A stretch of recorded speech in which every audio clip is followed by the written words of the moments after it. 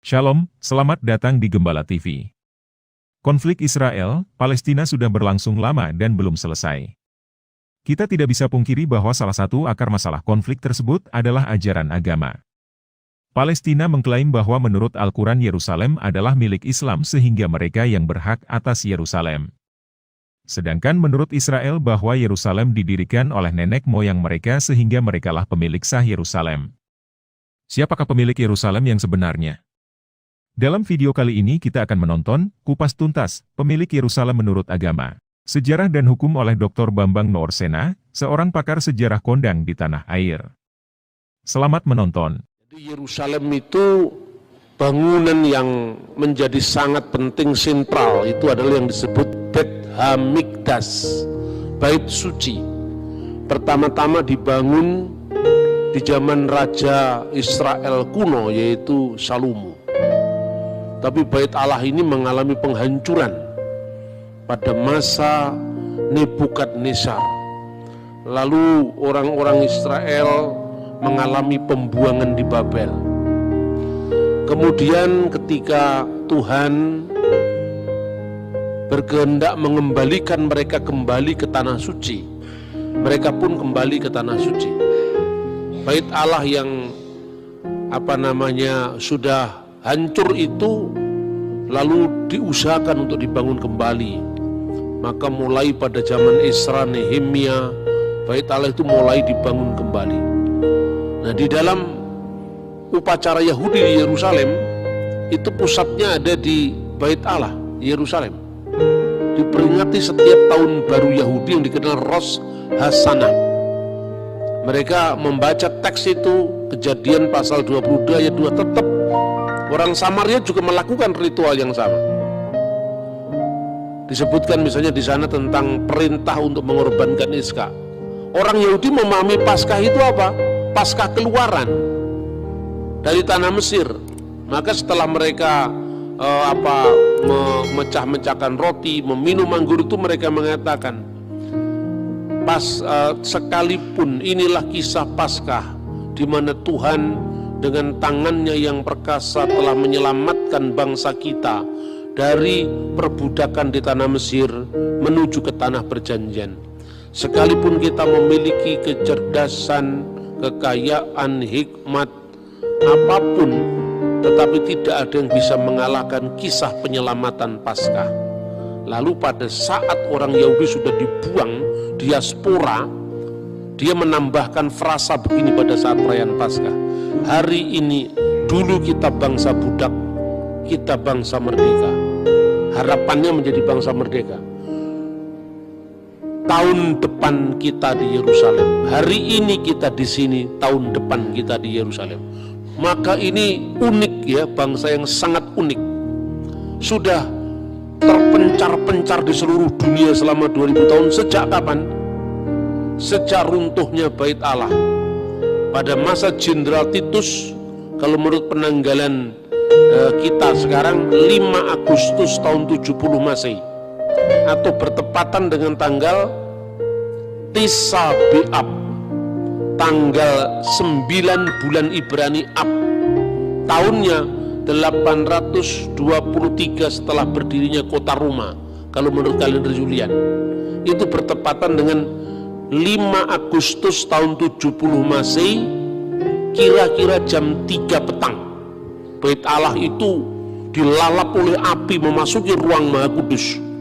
Dan waktu itu menurut dokumen Yahudi yang bernama Megillot Ta'anit, gulungan puasa, itu dokumen ditulis tahun 160 Masehi. Sejak saat itu orang Yahudi harus puasa perkabungan di Bait Allah. Dan sampai sekarang mereka menangisi itu di bekas sisa tembok satu-satunya yang dikenal oleh orang non-Yahudi dengan tembok ratapan.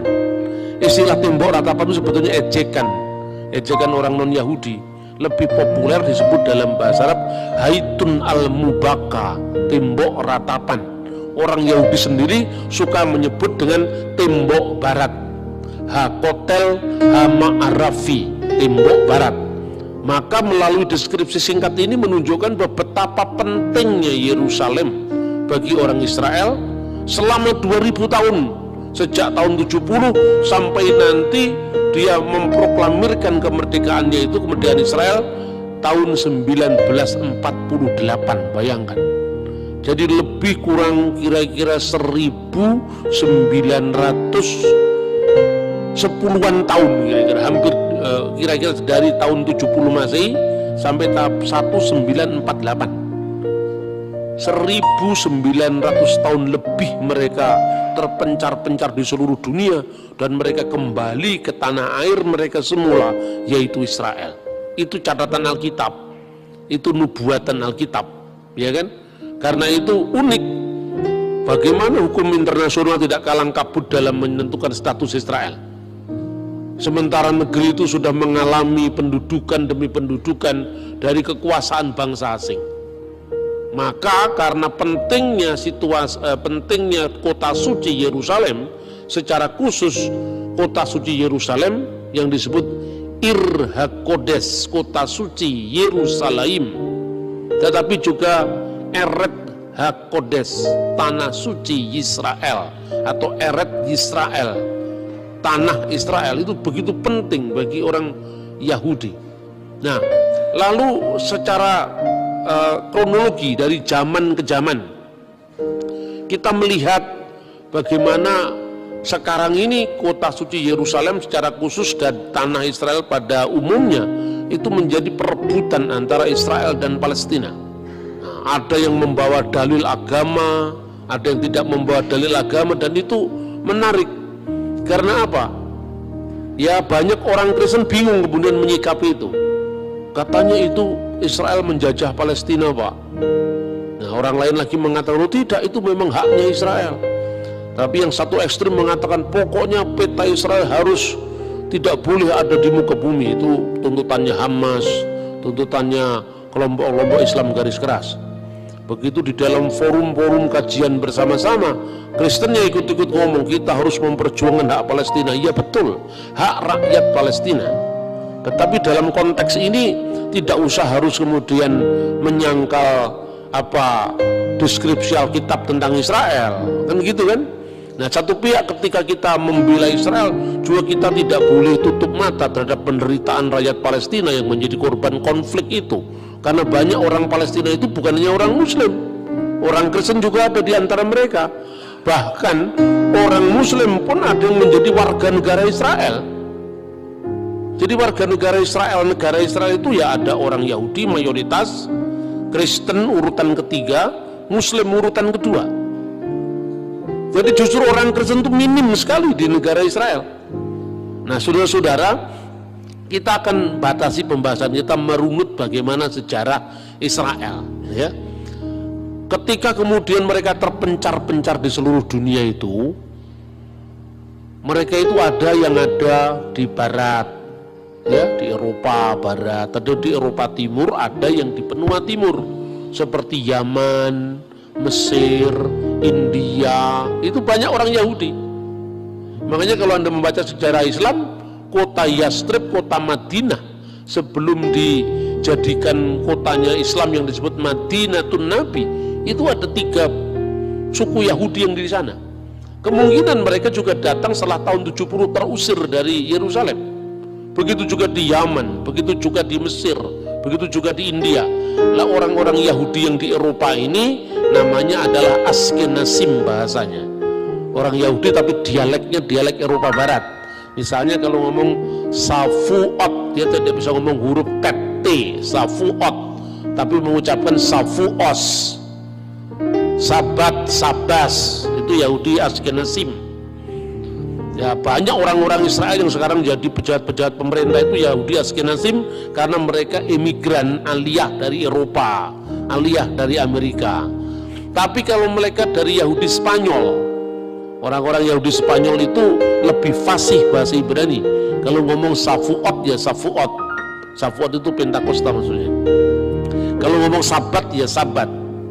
Baruch atah Adonai Elohenu melek haolam, bahasanya lebih fasih. Begitu juga orang Yahudi itu dinamakan orang-orang Yahudi Sephardim, yang di barat, Eropa Barat, Amerika, Yahudi Askenazim. Yang Yahudi di wilayah Eropa Timur, Spanyol secara khusus namanya Sephardim. Orang-orang Yahudi yang di Yaman, di Mesir itu namanya Misrahin. Jadi ada 3 kelompok itu bahasanya, dialeknya agak beda. Dan bahasa Ibrani sekarang cukup bisa dibedakan dengan bahasa Ibrani klasik dalam Alkitab. Nah, tapi satu mujizat luar biasa yang kita lihat, Pak. Bahasa Ibrani itu menjadi bahasa mati selama 2000 tahun. Bayangkan, 2000 tahun itu cuma jadi bahasa-bahasa di tempat ibadah. Paling-paling kalau di anak orang Yahudi dia membaca Shema Israel Adonai Elohenu Adonai Echad. Itu kalau orang-orang Sephardim bahasanya begitu. Jadi mendayu-dayu kayak Islam, bukan kayak Islam kayak ini lebih tepat karena ini lebih tua daripada Islam. Adonai Elohenu Adonai Echad, sambil meniup shofar itu. Terus kemudian kan mirip dengan Hayyalas Sholat. Tapi kalau dia orang Yahudi dari Spanyol, orang Yahudi Spanyol yang mengucapkan. Kalau orang Yahudi Askenazim mirip Protestan, mirip Katolik, karena pengaruh Barat Kristen itu kuat. Misalnya Shema Israel Adonai Eloheinu Adonai Echad. Itu kalau Yahudi yang di Barat. Tapi baik yang Shema Israel maupun yang Shema Israel, jangan salah paham, dua-duanya nggak percaya Yesus. Nah, itu yang penting. Jadi jangan ke Yahudi-Yahudian. Sudahlah, warisi gereja yang apa adanya. Kita ini mewarisi multikulturalisme gereja. Ya karena Yesus itu memang Tuhan segala bangsa, bukan hanya miliknya satu suku bangsa tertentu. Maka kalau kita membaca Alkitab pun warisan bahasa yang multilingual itu kita warisi. Perjanjian lama itu bahasa Ibrani. 2000 tahun lebih Samaria Yahudi berpisah. Kurang dari 2000 tahun sejak tahun 90 Masehi Kristen dan Yahudi berpisah. Tapi Tauratnya masih sama. Yaitu Taurat Musa itu loh. Dari Kejadian, Keluaran, Imamat, Ulangan, Bilangan, Ulangan sama. 2000 tahun berpisah. Tauratnya Yahudi, Tauratnya Samaria, dan Kristen sama. Cuma orang Samaria tidak percaya dengan Yosua terus sampai Maleakhi, dia tidak percaya. Karena apa? Nah, kalau dia percaya kan Yosua itu akhirnya tibanya Yerusalem. Wow, kalau kitab Yosua tibanya di Yerusalem, padahal Yerusalem tidak dia kehendaki sebagai kota suci. Bagian-bagian pertama kitab Yosua dia ambil ditempatkan setelah pasal 34 kitab Ulangan. Jadi bukan Taurat Samaria berbeda, atau 6.000 ayat yang berbeda, bukan 6.000 ayat-ayat dari awal kitab Yosua diambil sama dia utuh-utuh ditempatkan setelah pasal 34. Makanya jumlahnya lebih banyak. Kenapa? Karena dia tidak mau pilih semua Yosua, apalagi nabi-nabi, karena arahnya kok semua membenarkan Yerusalem gitu lah. Kira-kira seperti itu. Tapi yang penting dasar Tauratnya itu tidak berbeda. Orang ya Samaria punya Paskah, Yahudi punya Paskah, Kristen juga menggenapi Paskah itu dengan Paskah Kalvarinya Yesus. Nah, kalau orang Islam boleh aja dia menerima Taurat, boleh saja, tapi kan Taurat yang dibayangkan sendiri, Taurat yang diturunkan kepada Nabi Musa lewat malaikat Jibril. Namanya kepercayaan itu kan hak asasi setiap orang. Tapi kalau saya katakan kami juga punya Taurat, Pak, saya bilang ya, tapi Tauratmu Taurat dari alam lain, karena nggak pernah eksis. Tauratnya Islam kan Taurat dari alam lain, kan nggak punya eksistensi sama sekali. Dia hanya mengandaikan ada Taurat yang digambarkan, diwahyukan, tapi dia menolak Taurat yang ada sekarang dengan tuduhan pemalsuan. Yang justru ajaibnya itu apa? Kristen, Yahudi, Tauratnya masih sama, Tafsirannya beda, ya tafsirannya beda. Sesama Kristen aja, Katolik sama Protestan juga beda tafsir kok. Apalagi beda. Satunya tidak percaya Yesus, satunya percaya Yesus, tapi kitabnya masih sama, itu luar biasa itu. Nah ini menjadi bukti bagaimana Alkitab itu tidak berubah. Secara khusus tentang Yerusalem, orang Yahudi punya keterikatan dengan Bait Allah, khususnya Hakotel Hama-Arafi, yaitu tembok barat yang dikenal dengan Haitun al-Mubaka. Orang Islam punya sejarah sendiri yang dikaitkan dengan kunjungan Nabi Muhammad secara metahistoris, bukan secara historis, itu metahistoris, karena itu kan pengalaman iman kan terhadap kota suci Yerusalem. Lalu apa? Katanya secara metahistoris Nabi Muhammad naik dari Masjidil Aqsa itu ke Sidratul Muntaha secara metahistoris. Ya, makanya di atas tempat di mana menurut pandangan Islam dulu Nabi Muhammad naik ke Sidratul Muntaha, kemudian sejak zamannya Khalifah Abdul Malik bin Marwan tahun 695 didirikan masjid yang dikenal Dome of the Rock, Masjid Qubatus Sokroh, Masjid Kubah Biru, Kubah Mas, Masjid Kubah Mas. Lalu kira-kira tahun 705 anaknya dari Abdul Malik bin Marwan, namanya Khalifah Walid bin Abdul Malik bin Marwan, mendirikan satu masjid yang dinamakan sesuai dengan ayat Al-Quran. Maha suci Allah yang telah menjalankan hambanya pada malam hari dari Masjidil Haram ke Masjidil Aqsa. Berdasarkan kata Masjidil Aqsa, yaitu masjid yang jauh, Khalifah Walid bin Abdul Malik bin Marwan jauh setelah zaman Nabi Muhammad menamakan masjid ini berdasarkan surat Isra tadi, dinamakan Masjidil Aqsa tahunnya 705, sementara Nabi Muhammad meninggal 632.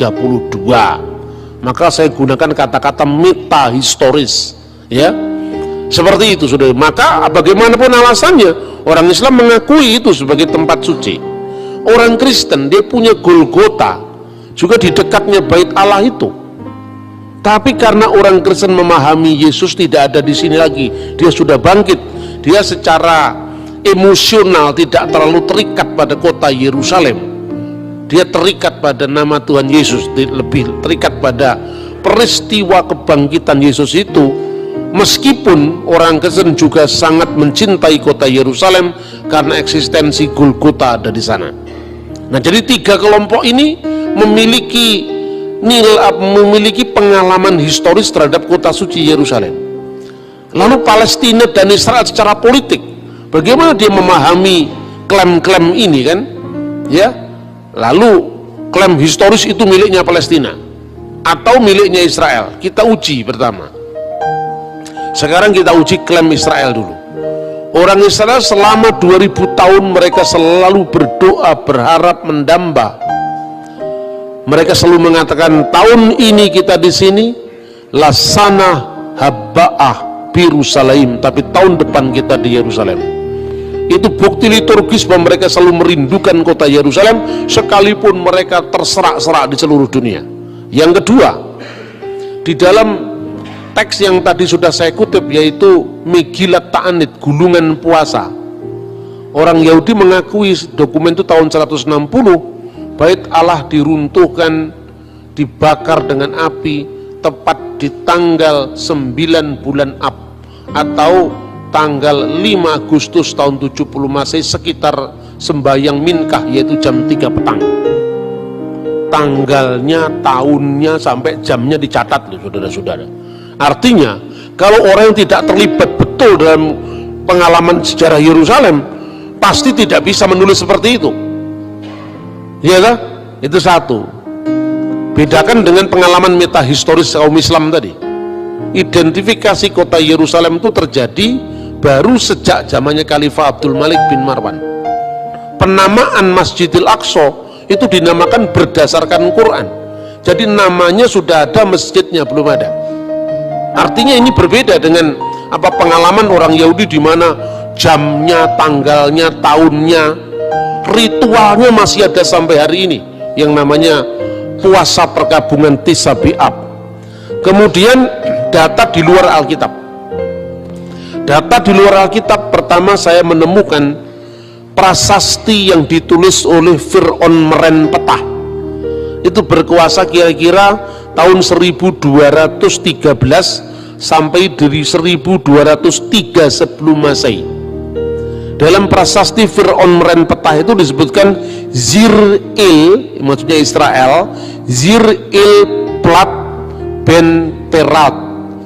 Israel telah dibiarkan gersang, benihnya tidak ada lagi.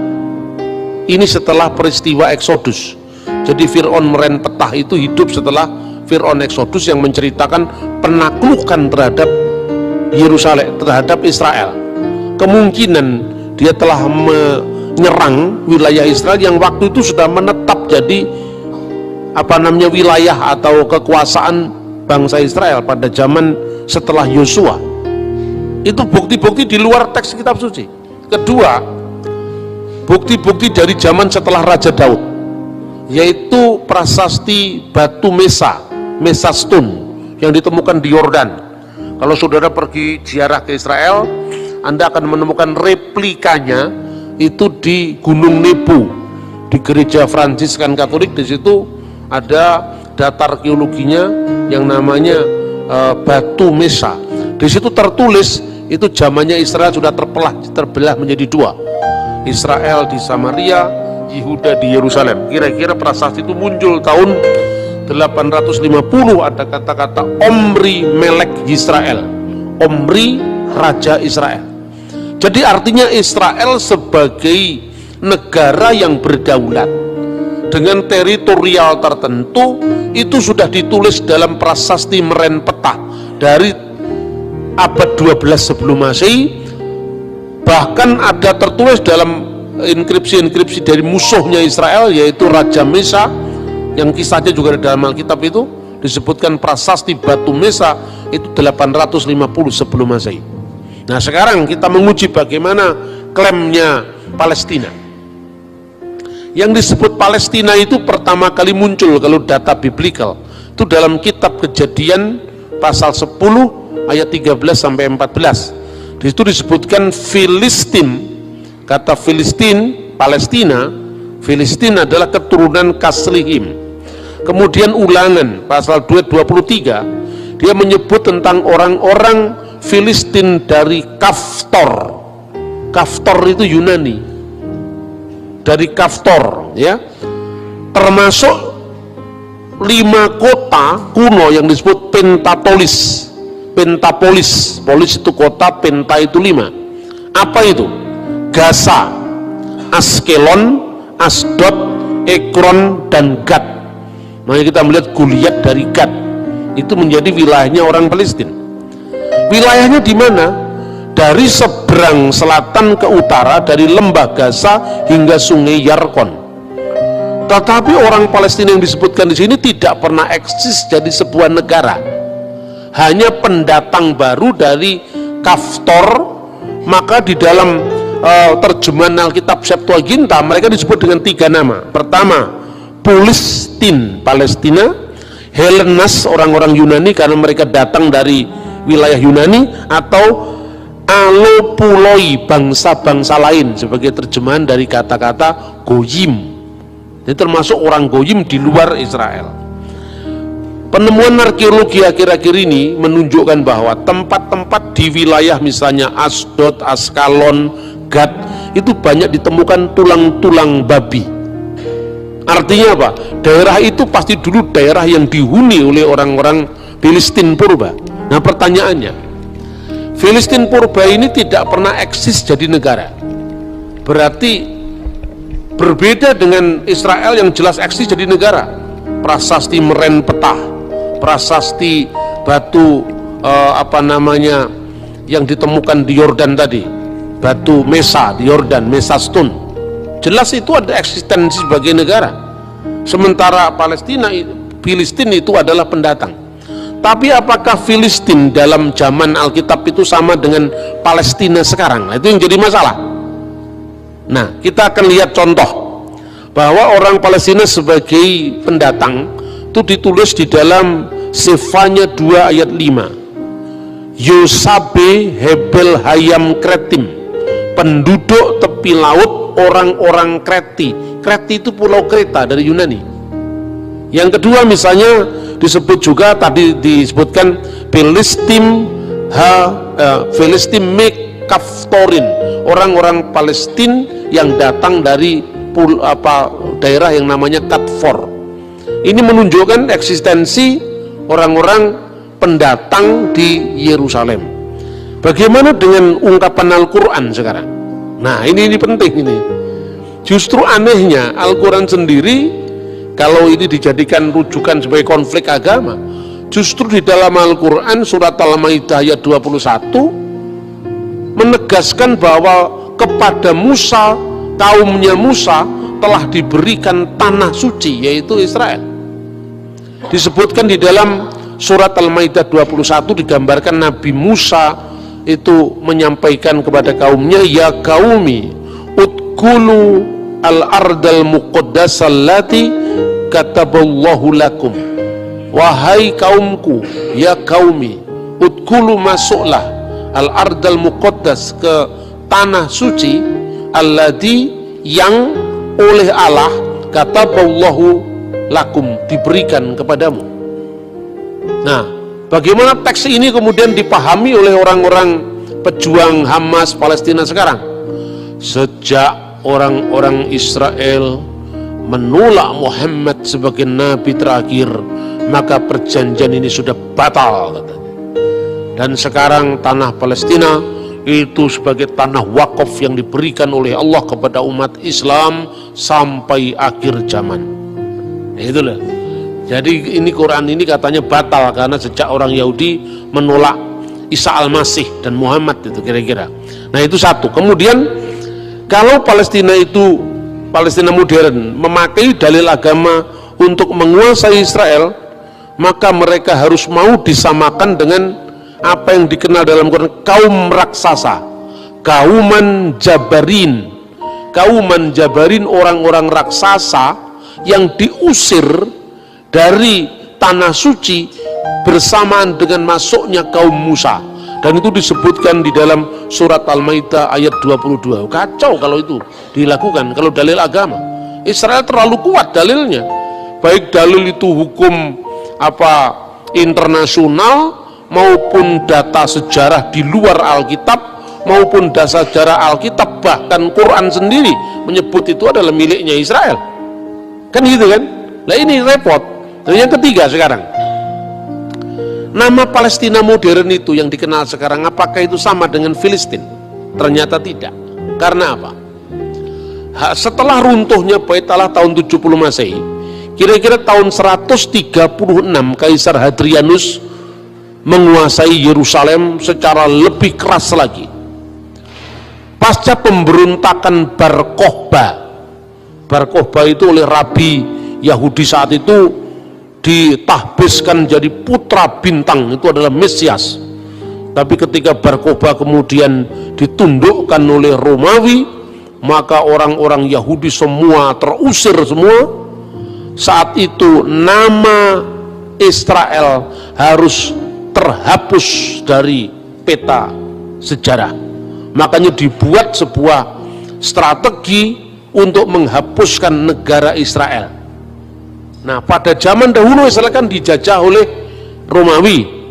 Pada saat kematian Herodes Agung, ketiga anaknya diberikan warisan oleh pemerintah Romawi karena bangsa Yahudi tidak suka dan ketiga anak Herodes Agung ini, yaitu Herodes Antipas, kemudian Herodes Archelaus, kemudian Herodes Philippus. Mereka tidak setuju dengan tiga-tiganya, tapi dipaksa jadi tiga. Yang pertama wilayah Galilea yang diperintah oleh Archelaus, satunya wilayah Antipas yaitu adalah wilayah Yudea dan wilayah Samaria. Ketiganya ini diberikan pada anak-anak Herodes. Pada waktu Kaisar Hadrian dengan para jenderalnya menguasai Yerusalem, akhirnya apa? Terjadi perluasan kota. Jadi wilayah Yudea dijadikan provinsi, wilayah Galilea dijadikan provinsi, wilayah Samaria, dataran tinggi Golan dijadikan provinsi. Maka wilayah Syria digabung dengan wilayah Yudea, dan namanya adalah Syria Palestina. Nama Palestina justru yang mengangkat itu adalah kaisar pagan yang namanya Hadrianus. Maka wilayah Syria, untuk menggantikan nama Israel, menghapus dari muka sejarah, diperkenalkan istilah baru yaitu Syria Palestina. Itu abad kedua. Kota Yerusalem harus terhapus dari peta, karena selama ada impian tentang kota Yerusalem atau tanah Israel, nanti orang Yahudi terus menerus mengatakan lesana habba'ah Birusalaim, tahun depan kita di Yerusalem. Selama nama-nama Israel, Yerusalem tidak hilang dari ingatan orang Israel, selama itu Roma tidak yakin bahwa Israel tidak bangkit lagi sebagai sebuah kerajaan, maka kota Yerusalem bersamaan dan penghapusan kota Israel dihapus dan dinamakan dengan Alia Capitolina, dan nama itu diabdikan untuk dewi kafir mereka, Alia Capitolina. Menariknya, kata Yerusalem tidak muncul dalam Al-Quran, tidak muncul dalam hadis. Al-Quran tidak muncul satu kata pun tentang kata Yerusalem. Kalau Israel ada, ya Bani Israel, tapi kata Yerusalem tidak muncul.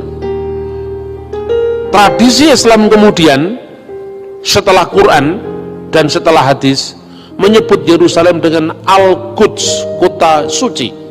Al-Qudus, kota suci, karena Yerusalem menjadi kota suci ketiga setelah Makkah Al-Mukarramah, Madinah Al-Munawwarah, dan Al-Quds, yaitu kota suci ketiga, kota Yerusalem.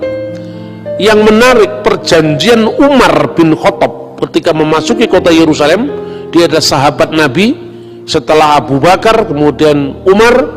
Lalu pada zaman Umar dia melakukan Mistaq al-Umariyah, yaitu perjanjian atau konstitusi Umar.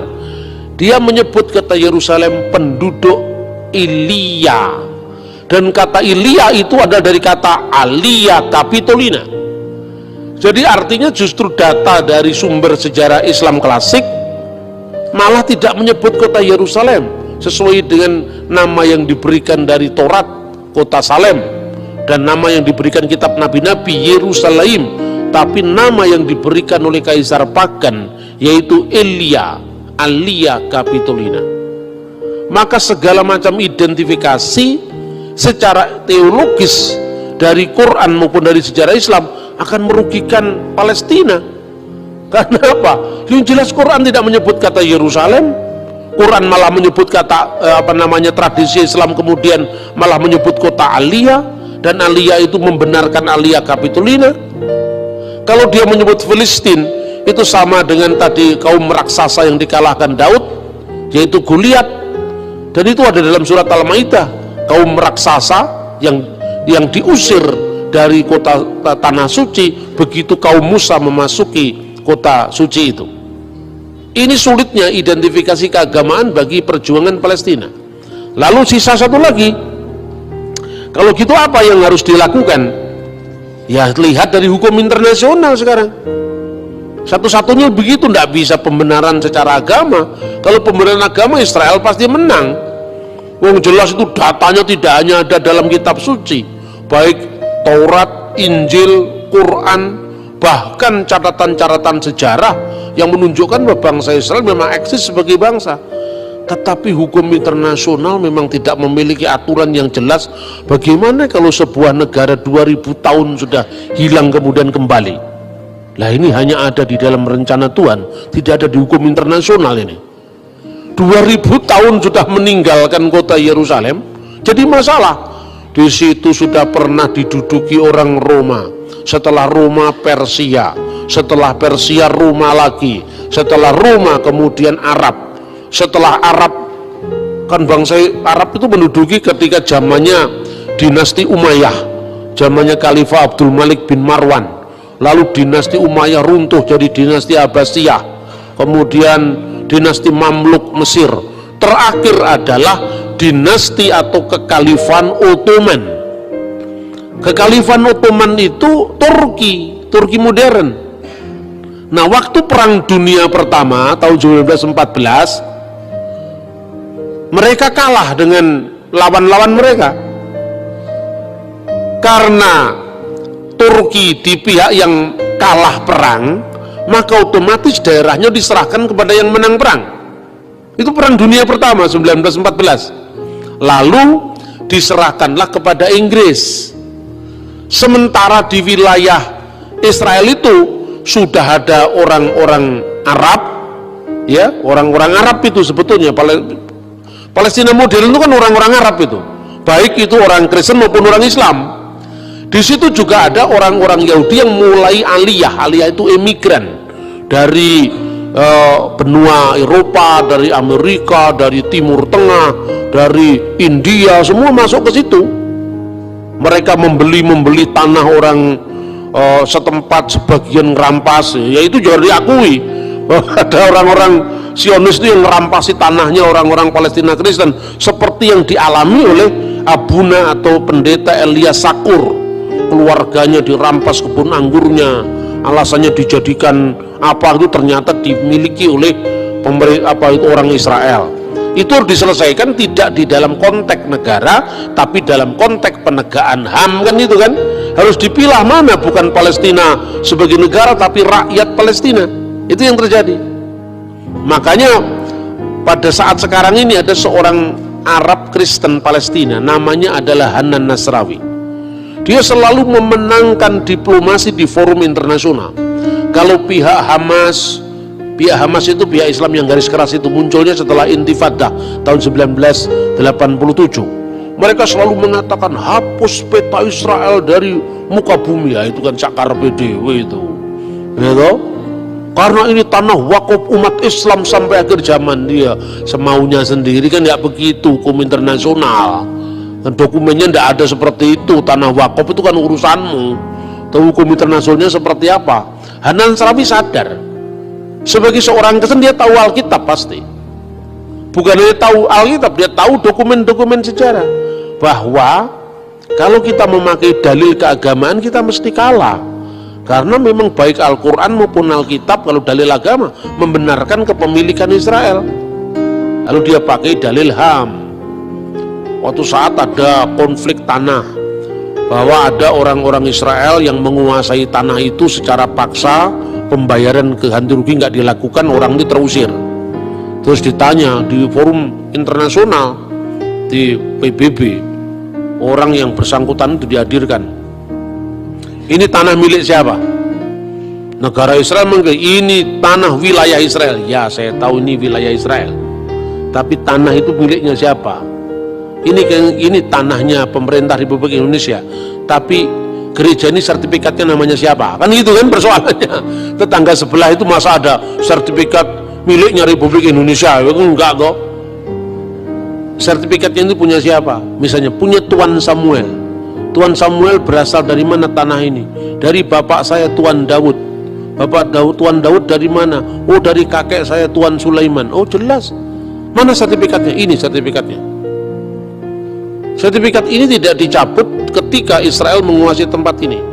Terus kemudian forum internasional mengatakan, serahkan ini kepada yang punya. Bahwa wilayah ini sekarang menjadi wilayah Israel, itu no problem. Silahkan, wong itu wilayah negara. Tapi sertifikatnya siapa? Ya orang ini serahkan. Kalau kamu mau beli, ya beli dengan harga yang layak. Itu yang terjadi. Jadi antara penyelesaian secara HAM, secara pribadi, dengan penyelesaian secara politik. Tapi sekarang kita runut bagaimana sejarahnya Israel secara modern. Setelah tahun 1914 Turki kalah perang, Palestina diserahkan kepada Inggris karena pihak pemenang. Lalu Inggris mengeluarkan mandat yang namanya Deklarasi Balfour. Deklarasi Balfour itu dikeluarkan tahun 1917 dengan ketentuan bahwa tempat ini Israel adalah tanah air bagi bangsa Yahudi. Nah, lalu menimbulkan protes bagi orang-orang lokal yang menghuni tempat itu sebelum pendatang-pendatang Yahudi datang ke tanah Israel. Ketika terjadi proses rakyat itu, mereka kan warga negara Dulunya kan warga negara Turki. Tapi kan Turki sudah kalah perang dunia pertama, lalu diserahkan kepada Inggris. Inggris mengeluarkan deklarasi Balfour yang mengatakan itu tanah milik, itu tanah air Israel. Orang-orang yang menduduki tanah itu sebelum Israel datang, artinya orang-orang Yahudi yang datang dari barat tadi, keberatan. Lalu pada tahun 1937 dikeluarkan yang namanya Komisi Lordville, karena ada orang yang namanya Tuanville, maka Lordville. Di sana dibuat obsesi pilihan, ya, tanah Israel di tanah yang sama itu, di tanah suci itu, pembentukan dua negara dalam koeksistensi damai, yaitu negara Israel dan negara Palestina. Itu ditawarkan tahun 1947, dikeluarkan lagi resolusi PBB 181 yang mengatakan mengulangi kembali solusi dua negara. Di tanah suci ada dua negara, yaitu negara Israel dan negara Palestina, dengan catatan kota Yerusalem tidak boleh, Yerusalem Timur tidak boleh menjadi ibu kota salah satu negara yang berkonflik. Yerusalem Timur harus ditentukan statusnya secara hukum internasional sebagai corpus separatum, sebagai bagian yang terpisah di bawah hukum internasional. Takhta Suci Vatikan sepakat dengan PBB, Israel sepakat dengan PBB, tetapi orang Palestina menolak karena dihasut oleh suku orang-orang Arab tetangganya. Oh, tidak bisa, mereka tidak mau terima. Status wilayah tanah suci itu statusnya kosong kekuasaan. Karena apa? Ini kan statusnya masih di bawah mandat internasional, mandat Inggris yang memenangkan perang dunia pertama, kan itu kan? Berarti statusnya apa? Statusnya dia kosong. Ketika orang-orang Palestina masih sibuk menolak dan mereka punya agenda menghapus Israel dan tidak ada negara Israel sampai kapanpun juga di wilayah Palestina. Sementara status quo negara wilayah itu dalam kondisi tidak lagi di bawah Turki, karena Turki sudah kalah perang sama lawan-lawannya yang antara lain Inggris. Israel curi start untuk kemerdekaannya. Ya, mumpung ini masih kosong, tidak di wilayah siapa-siapa, kemudian ada deklarasi Balfour yang mendukung itu tanah air Israel. Soal Palestina nanti mau terima atau tidak urusan lain, yang penting sudah ada jalur hukum bahwa ini adalah statusnya kosong. Maka dia proklamirkan kemerdekaan 14 Mei 1948. Itu kira-kira seperti itu loh. Jadi kalau saya membahasnya kan netral, saya ngomong sejarahnya sejarah. Begitu 14 Mei 1948 negara Israel diproklamirkan, negara-negara Arab mengeroyok Israel. Salah satunya Libanon, Suriah, Irak, Yordan, Mesir, dan Saudi Arabia. Negara-negara Arab yang mengeroyok Israel itu tidak semuanya Islam. Libanon mayoritas Kristen waktu itu. Jadi tidak bisa kita batasi hanya konflik agama. 5 negara tadi kalah semua sama Israel, dan ini orang yang heran, pengamat militer juga heran. Ini negara kecil baru bangkit begitu, kok bisa menang sama negara-negara raksasa dari 5 negara loh, Lebanon, Suriah, Irak, Yordan, Arab Saudi. Bahkan kemenangan itu telah menambah wilayah yang dulu kan ditentukan, ini wilayah Israel, ini wilayah Palestina oleh mandat PBB, resolusi 181. Dengan kemenangan perang itu, dia menambah wilayahnya 50% lebih. Jadi dari dulu yang menjadi wilayahnya Palestina sekarang menjadi wilayah Israel. Lah, ini kan bukan pencaploan, ini menang perang kok. Salahnya sendiri kamu menolak kemarin. Kalau kamu menerima opsi 2 negara, selesai kan wilayah masing-masing. Nah, ini kamu menolak, kemudian kamu ngelawan kami, kemerdekaan kami perang dan kamu kalah. Nah, ketika kalah kan kemudian wilayah yang dimenangkan tadi secara hukum internasional diakui sebagai pemenang perang. Seperti kasusnya menangnya perang Inggris dan sekutunya atas Turki dan sekutunya. Gitulah kira-kira. Nah, perlawanan tidak berhenti. Mulai muncul selain perang tahun 48, lalu disusul lagi perang 6 hari tahun 1967, terakhir perang Yom Kippur 1973. Di peperangan Yom Kippur itu menarik.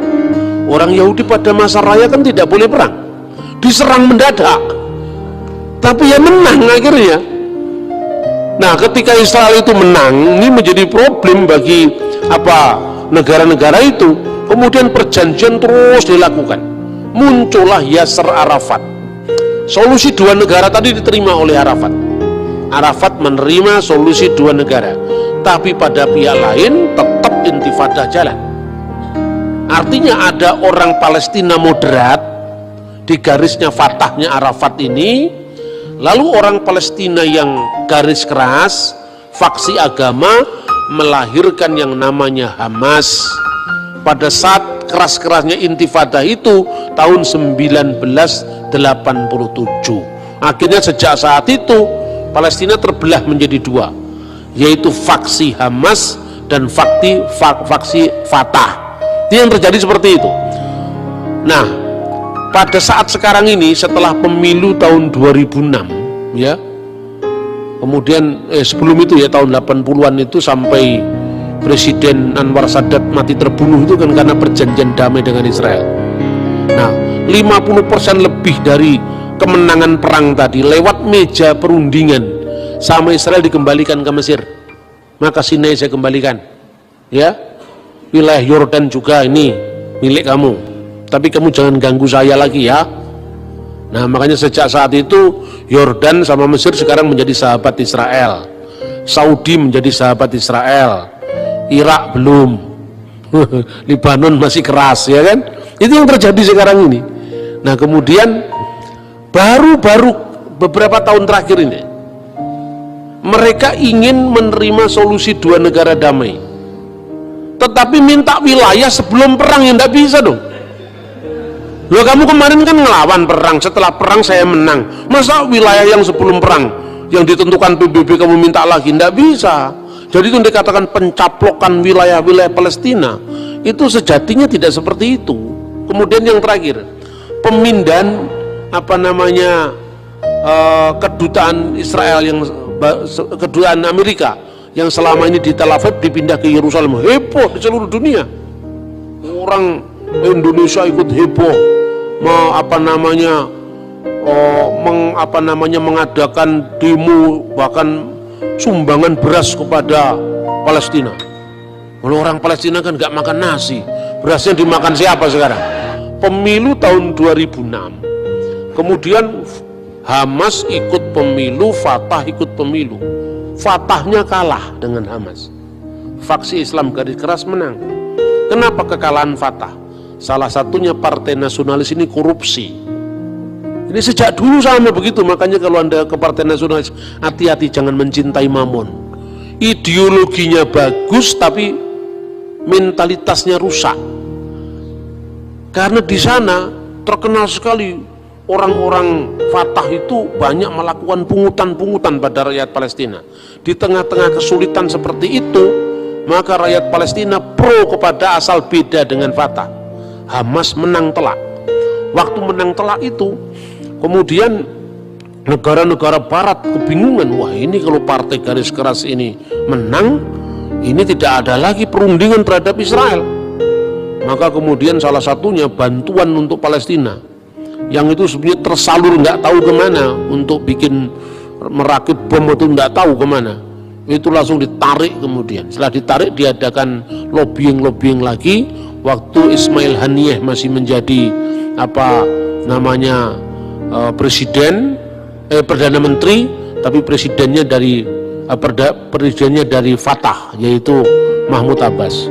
Nah, sekarang ini jujur wilayah Gaza itu wilayah menjadi markasnya Palestina, faksi Hamas. Wilayah West Bank, wilayah jalur tepi barat itu wilayahnya Fatah sampai hari ini. Coba kalau Palestina tidak terlalu temperamental, sabar, itu kan, orang sabar lebih daripada pahlawan, pasti dapat. Lah, orang menolak opsi dua negara damai koeksistensi dalam satu wilayah. Sudah nolak, memerangi. Setelah perang kalah, minta lagi yang ini, nggak bisa dong. ini bahasa vulgarnya seperti itu, karena ini konsumsi jemaat.